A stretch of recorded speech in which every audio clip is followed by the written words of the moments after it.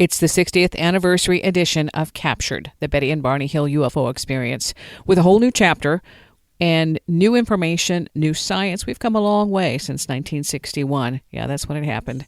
So this is a fascinating story. Kathleen Marden is here to fill in the blanks, except she's not going to tell us what's in the final chapter. Imagine that. However, it's still a good story. There are some new pieces to add to the equation. Kathleen Marden.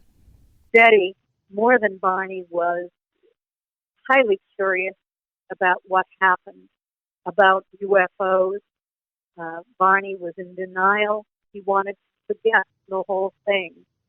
But it played again and again in his mind, all of those questions of what happened that night that he couldn't remember during that period of missing time, that amnesia. Kathleen Marden is the niece of Barney and Betty Hill.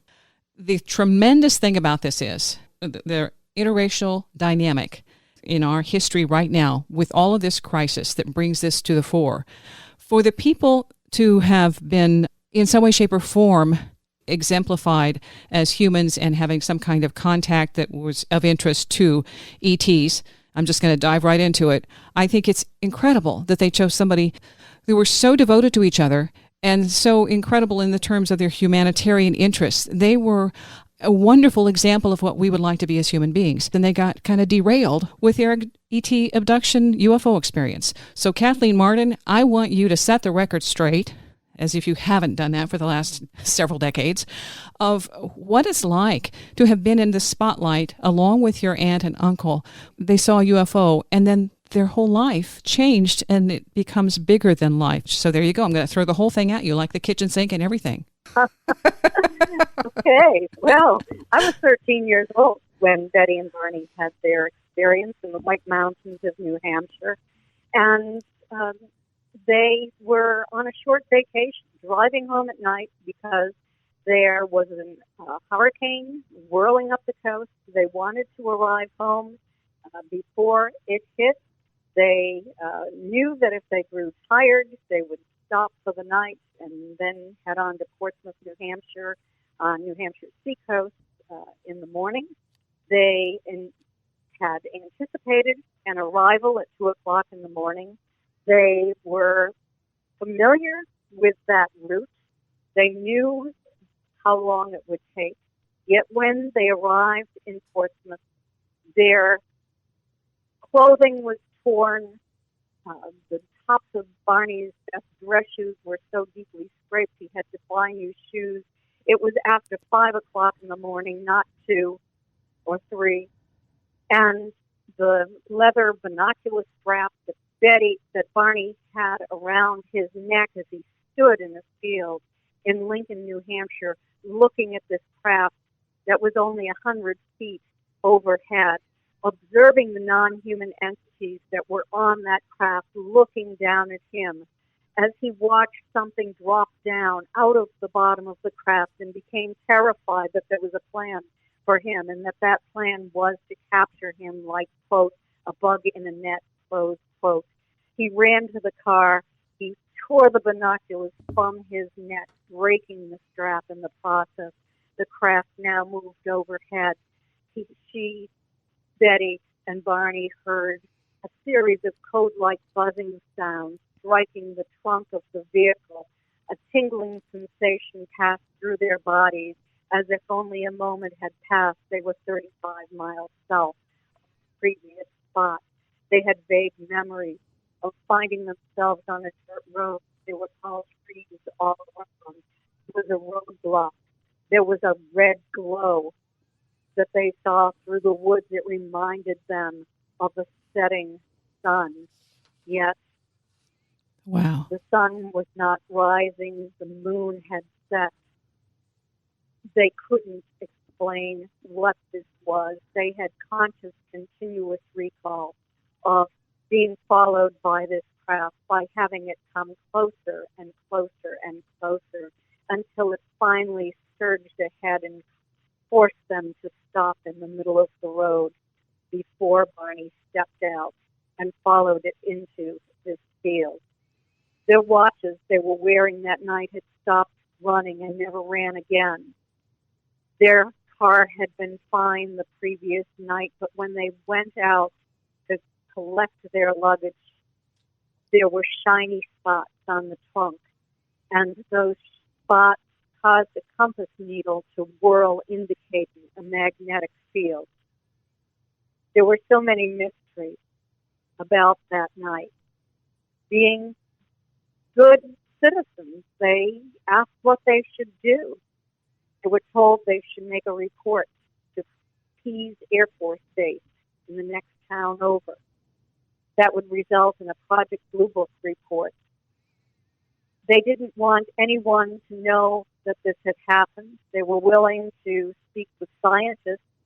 They made a report to the National Investigations Committee on Aerial Phenomena, and a scientist, an astronomer, did come out and interviewed them for a period of about 6 hours. Later, there were other scientists who came to interview Betty and Barney. They realized that they did have the significant period of missing time, and this was terribly troubling to Barney, especially with the physical evidence that something had happened, that Betty's dress was torn from waist to hemline on the lining, that the hem was torn down on one side, that the stitching at the back of the dress was torn, that the thick zip of fabric was torn. So many mysteries concerning what had happened. Betty, more than Barney, was highly curious about what happened, about UFOs. Barney was in denial. He wanted to forget the whole thing. But it played again and again in his mind, all of those questions of what happened that night that he couldn't remember during that period of missing time, that amnesia that played on him, that caused him to have bleeding ulcers, that caused him to develop post-traumatic stress disorder, that led to his referral to Dr. Benjamin Simon in Boston. Dr. Simon had an outstanding career as a psychiatrist, a neuropsychiatrist who used deep trance hypnosis to resolve psychosomatic symptoms. He had built a reputation for himself during World War II when he successfully treated veterans who were returning from the war front who had shell shock and conversion hysteria, the same symptoms that Barney was experiencing with different names in 1961. He was a perfect person for Barney to be referred to. Betty went along with him. She asked to be treated as well. They were taken separately for a period of 6 months. Amnesia was reinstated at the end of each session. And Betty and Barney separately recalled being met by these non-human entities on that lonely dirt road in New Hampshire's White Mountain region, being taken from their vehicle to a landed craft. Greatly frightened, Betty more than Barney. She fought to remain outside. She didn't want to be taken onto that landed craft. She kicked the entity next to her, tearing the lining of her dress, tearing down her hemline. When she was on the craft, she was given a very strange physical examination. Her dress was removed, but the examiner did not know how to undo a zipper, didn't recognize a zipper, tore it open, and damaged stitching. She was given a physical examination where they paid particular attention to her skeletal system, her nervous system, her skin, the openings in her body.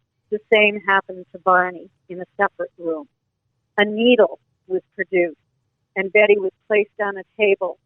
She said, "What are you going to do with that?" And she was made to understand telepathically that they only wanted to do a simple test by inserting the needle into her navel. We knew nothing of amniocentesis in those days. Hold on, Kathleen Marden, my guest, and we're going to come back and talk about what happened with that needle. This is a fascinating story, and there's more to it, and a TV series in the works, too. We're going to find out more about that. My guest, Kathleen Marden, talking about Barney and Betty Hill. Wendy's Coffee House, but we were just in the middle where you were talking about the needle. Now, I want to also mention, I saw the movie Beyond the Spectrum being taken, and it's a fabulous film. You're in that, and it also features some of that audio from Barney's hypnotherapy session as he's talking about seeing the beings, the fear in his voice, and he's distraught, and you hear that emotion, not wanting to be anywhere near that place at that time and trying to take his eyes off of it so that it would break the spell. Beyond the Spectrum being taken, available on Amazon Prime for anybody who wants to get up to speed on this. And then there's a new series. I'm looking at my notes here and I don't see it. I'm looking at Deadline.com where it was announced. Are you part of this new series? Yes. Bryce Zabel took an option on the book that Stanton Friedman and I wrote, captured the Betty and Barney Hill UFO experience. Okay. That was back in 2012. And now he has entered into an agreement for a television series under development with Steve Adams. What the series is going to look at is the larger canvas that allows us to see Betty and Barney not as abduction victims, but also as the heroes of the civil rights movement. So Jackie Zabel is the CEO of Stellar Productions. She has written this script along with her husband, and she says the audience has never been more receptive to hearing the story of both their marriage and their passion for equality, and the larger TV canvas will allow us to finally do justice to the complete picture, including restaging of the pivotal march on Washington, where Barney walked with Martin Luther King. I don't think this is an accident. The fact that the interest is here, the timing is here, that the people involved encapsulated all of our history at the same time in addition with the UFO stuff and the civil rights movement, everything. It's extraordinary to have this all come together right now. I also interrupted Betty's experience when they produced the needle, reliving that through her hypnotherapy session. This isn't something you want to go through. It was so traumatic for Betty that Dr. Simon had to end the session early. The examiner finally left the room, went in to examine Barney, and left Betty to dress herself and then to converse with the leader who had taken her pain away when she experienced so much pain. She asked him if he could tell her where he was from. She knew that he wasn't from here. Where was his home port? And he produced a star map. Betty remembered this star map under hypnosis, and Dr. Simon gave her the post-hypnotic suggestion that she could sketch this if she could do so accurately, and it didn't bother her too badly. She did, and there was a scientific investigation of the star map where the stars were actually identified.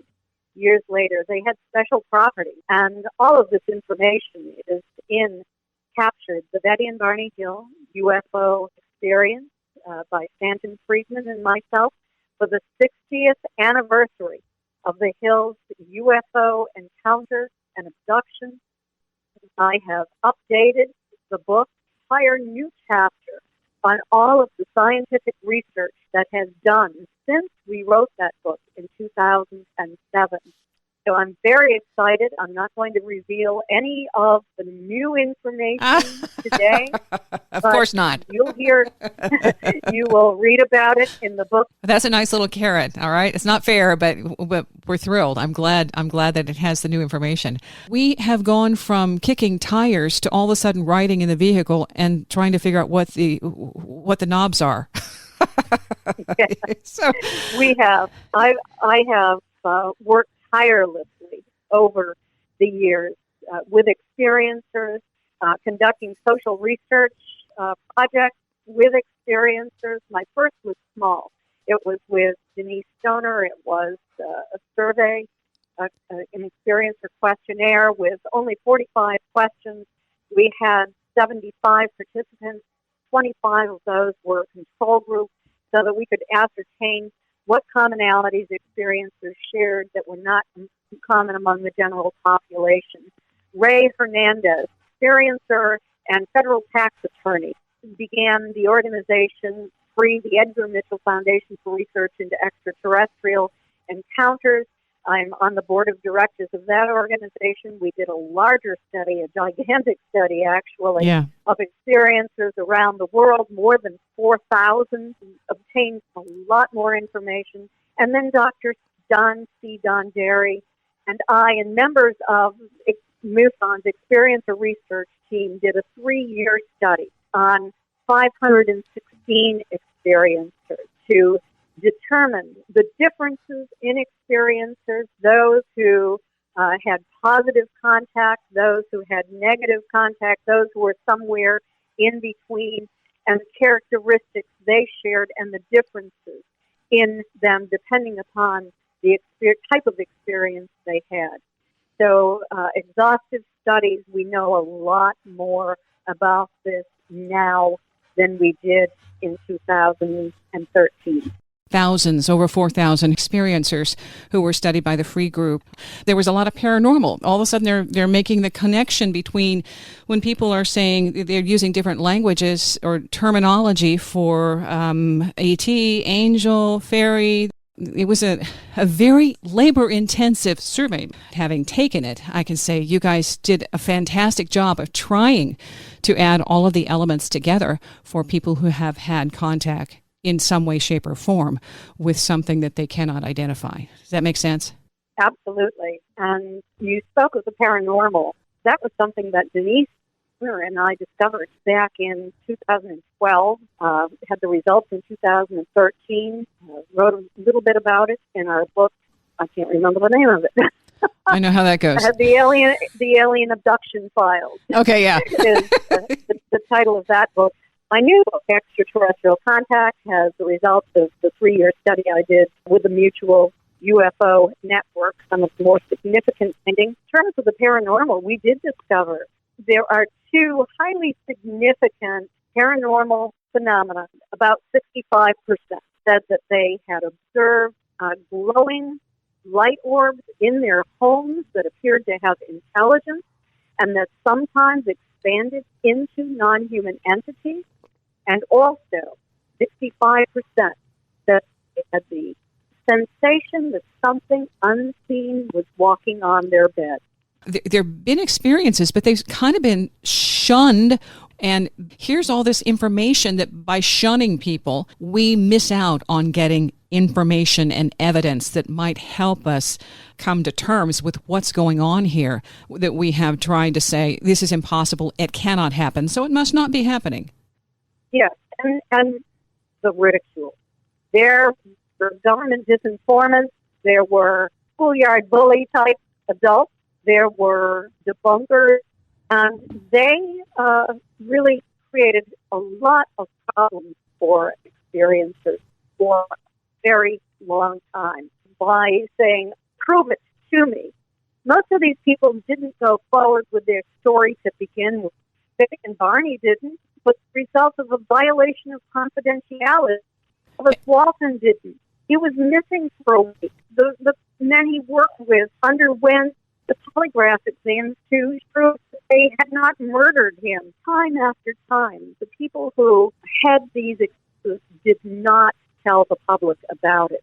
And it was time for experiencers to come together to be able to speak with one another without shame, without ridicule, to feel comfortable. And that is why I set up the Experiencer Research Team through the Mutual UFO Network.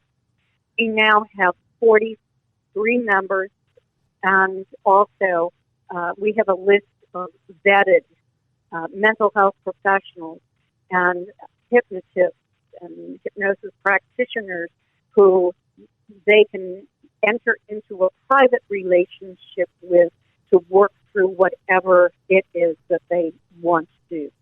How to defend yourself against alien abduction. If it happens to you, can you make it stop?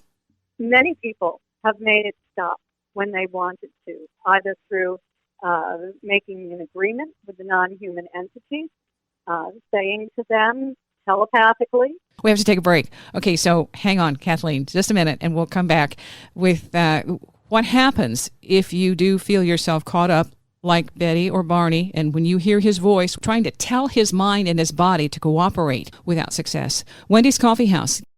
I'm so happy that the years of frustrating investigation and coming up against the non-believers and the schoolyard bullies who wanted to bully me out of doing all of this research are finally coming to fruition. Kathleen Marden, Wendy's Coffee House, KCMO Talk Radio. Thanks for tuning in. And you can find out more about Kathleen, website kathleen-marden.com, and check out the books Captured, the story of Betty and Barney Hill, Fact, Fiction, and Flying Saucers, that book with Stanton Friedman. Find out more behind the scenes, more of the nuts and bolts, and Extraterrestrial Contact, what to do when you've been abducted. A new book she's teasing right here. Thank you, Kathleen. Kind of thank you and not thank you.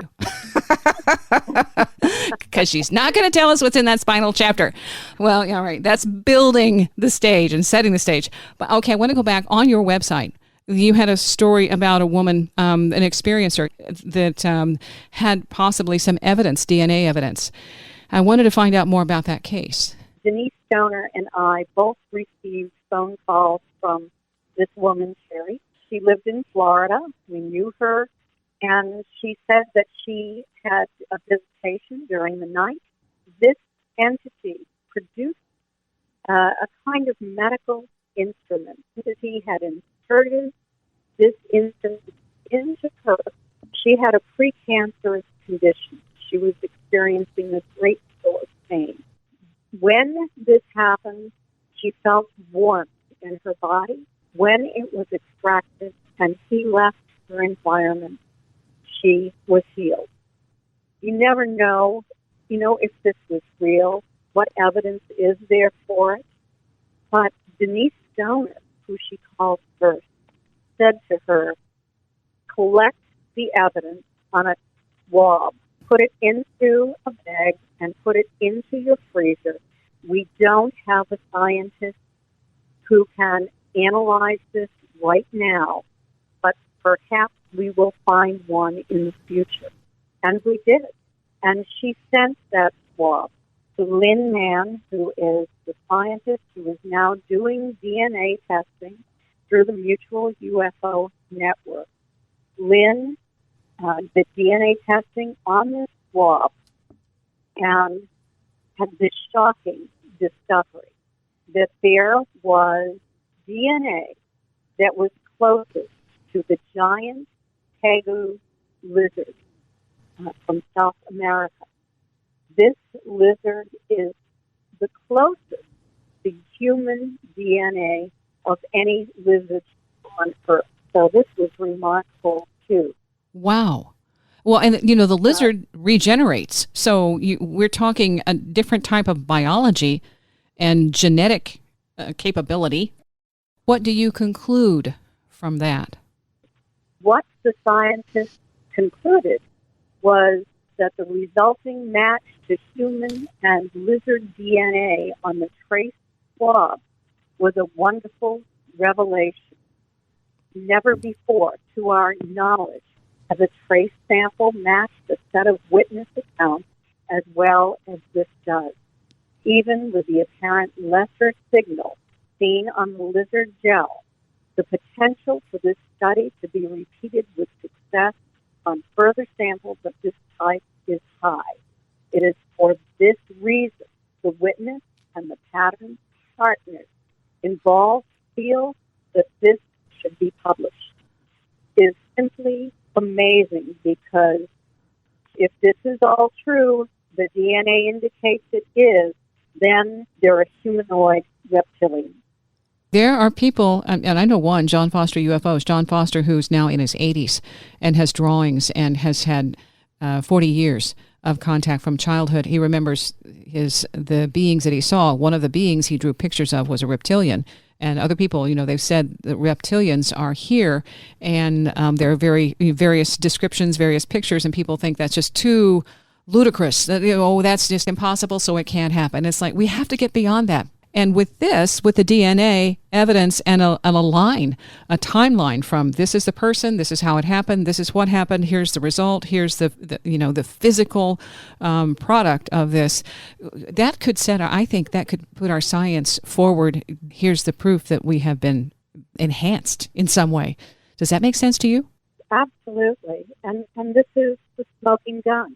And we are collecting through the MUFON's experiencer research team and our investigation more and more evidence. I now have a verified, you could call it an abduction, 3 people, and they were conducting an experiment at night. They had left a video camera running. They were attempting to communicate with non-humans. They have electronic voice phenomena confirming what happened as well. The video camera during this process has video of non-human entities coming into the frame. It is just remarkable, and I'm so happy that the years of frustrating investigation and coming up against the non-believers and the schoolyard bullies who wanted to bully me out of doing all of this research are finally coming to fruition.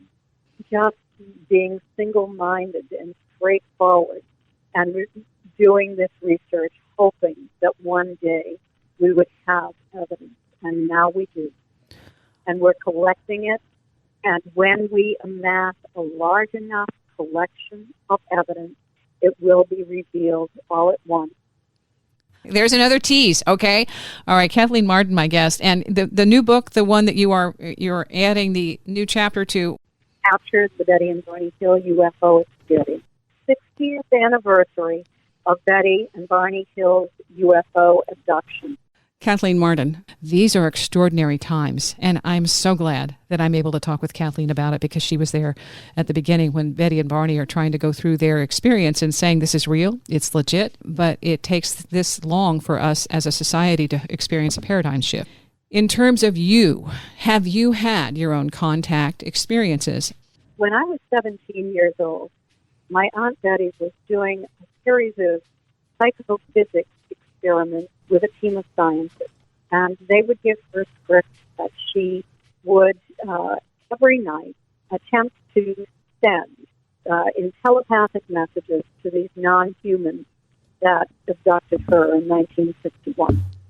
The scripts given to her would give certain words, a location, a date, how many days into the year that was, and where the scientists should go to see this craft.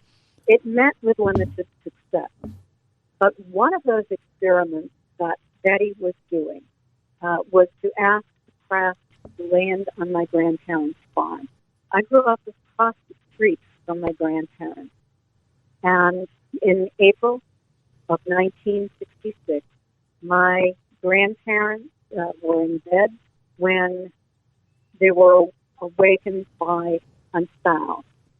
They looked out the window and they saw a glowing craft outside near their woods. There was also a person who was a neighbor, a commercial pilot returning home from work. He saw this craft coming in. It left physical trace evidence on the ground. And the story that I never spoke, except for to my mother, was that she and I were taken that night. So after all this time, we're just now finding out there's another chapter to this story. My guest, Kathleen Marden. Wendy's Coffee House captured the Betty and Barney Hill UFO Experience 60th Anniversary Edition. And we're just now finding out that Kathleen Marden is also an experiencer. People would come up to me and they would say, without my ever having spoken about it, you should talk about your own experiences. It will help so many people. And I think it was just the weight of their voices that finally convinced me that I should tell the truth. In terms of you and your own contact experiences, what is that like, given that you have a little bit more awareness? Do you know what to look for and how to shift it, how do you manage that? Does that make sense? It does. When I was 17 years old, my Aunt Betty was doing a series of psychophysics experiments with a team of scientists. And they would give her scripts that she would, every night, attempt to send in telepathic messages to these non-humans that abducted her in 1961. And the script given to her would give certain words, a location, a date, how many days into the year that was, and where the scientists should go to see this craft. It met with limited success. But one of those experiments that Betty was doing was to ask the craft to land on my grandparents' farm. I grew up across the street from my grandparents. And in April of 1966, my grandparents were in bed when they were awakened by a sound. They looked out the window and they saw a glowing craft outside near their woods. There was also a person who was a neighbor, a commercial pilot returning home from work, who saw this craft coming in.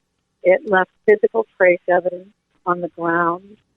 And the story that I never spoke, except for to my mother, was that she and I were taken that night. My childhood home was 250 feet from this landing area. We found ourselves in the presence of these non-humans on craft. I was traumatized by this. It took me years to work through this experience. And then periodically, I had memories of finding myself in this kind of environment again. And sometimes there were witnesses to craft. They saw this craft outside my home when I was having these memories of being taken to it. It happened more than one time. So 17, that's how old you were when this happened. That's correct. How did you remember? I remembered them immediately. Okay. It was as if I never forgot part of it. Okay. I was able to recover more memories through hypnosis. And I worked with Dr. James Harder initially, way back in the 1970s, then with Bud Hopkins, and then with Denise Stoner. But it was Denise who really helped me because she was there. She ran a support group where I could speak for the first time about my memories of what had happened. And it was very healing. I think it was through those experiences that I realized how important it was for experiencers to be met with acceptance rather than ridicule, as if a weight had been lifted from my shoulders. And I had never intended to speak about this publicly. But people would come up to me and they would say, without my ever having spoken about it, you should talk about your own experiences. Mm-hmm. It will help so many people. And I think it was just the weight of their voices that finally convinced me that I should tell the truth and that it would help others. It's validation. It says that, especially with your incredibly close contact to Betty and Barney, you have the behind the scenes. You saw the psychological effect on them. And then having your own experience with it, you felt it. So firsthand, we get the response, and we get how you are able to integrate and work with it and go forward. And that's what this is about for people who are traumatized and people who don't have some kind of a place to say, this is happening to me and what do I do? Is there something wrong with me? No, there isn't. There's just something wrong with our society right now. Absolutely. And most people preface what they say to me, members of my team, with, you'll probably think I'm crazy, but Yes. and then they think if only I were, I could take a pill and this would all end. And It could they go away. can't take a pill. Yeah.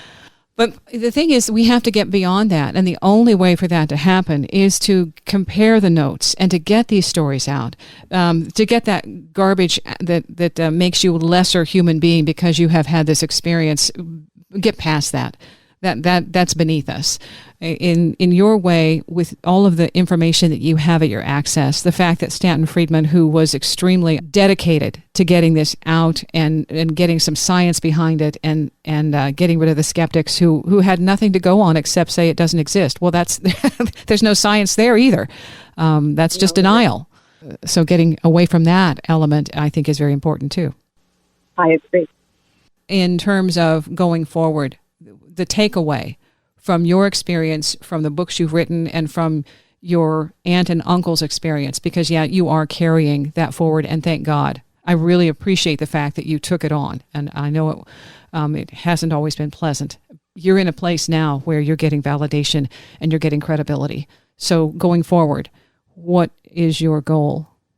I want to see a paradigm shift in our science, in developing a science that can understand extraterrestrial technology, can understand the paranormal, will understand consciousness, and we are beginning to head in that direction.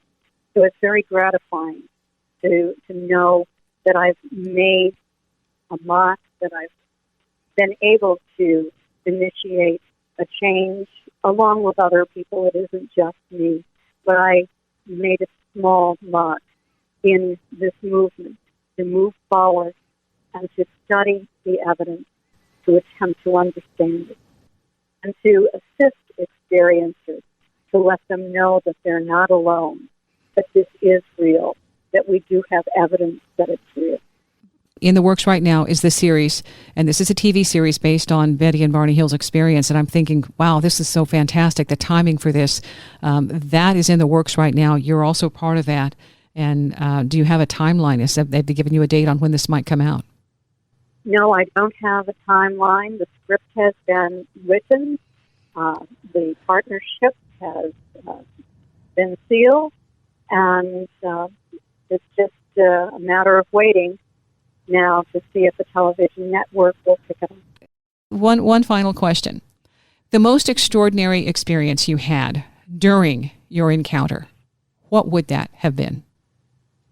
The thing that is most prominent in my mind is lying on a table, feeling a very strong tingling sensation pass through my body, and having these non-humans project love toward me that was a greater love than I have ever experienced on this planet.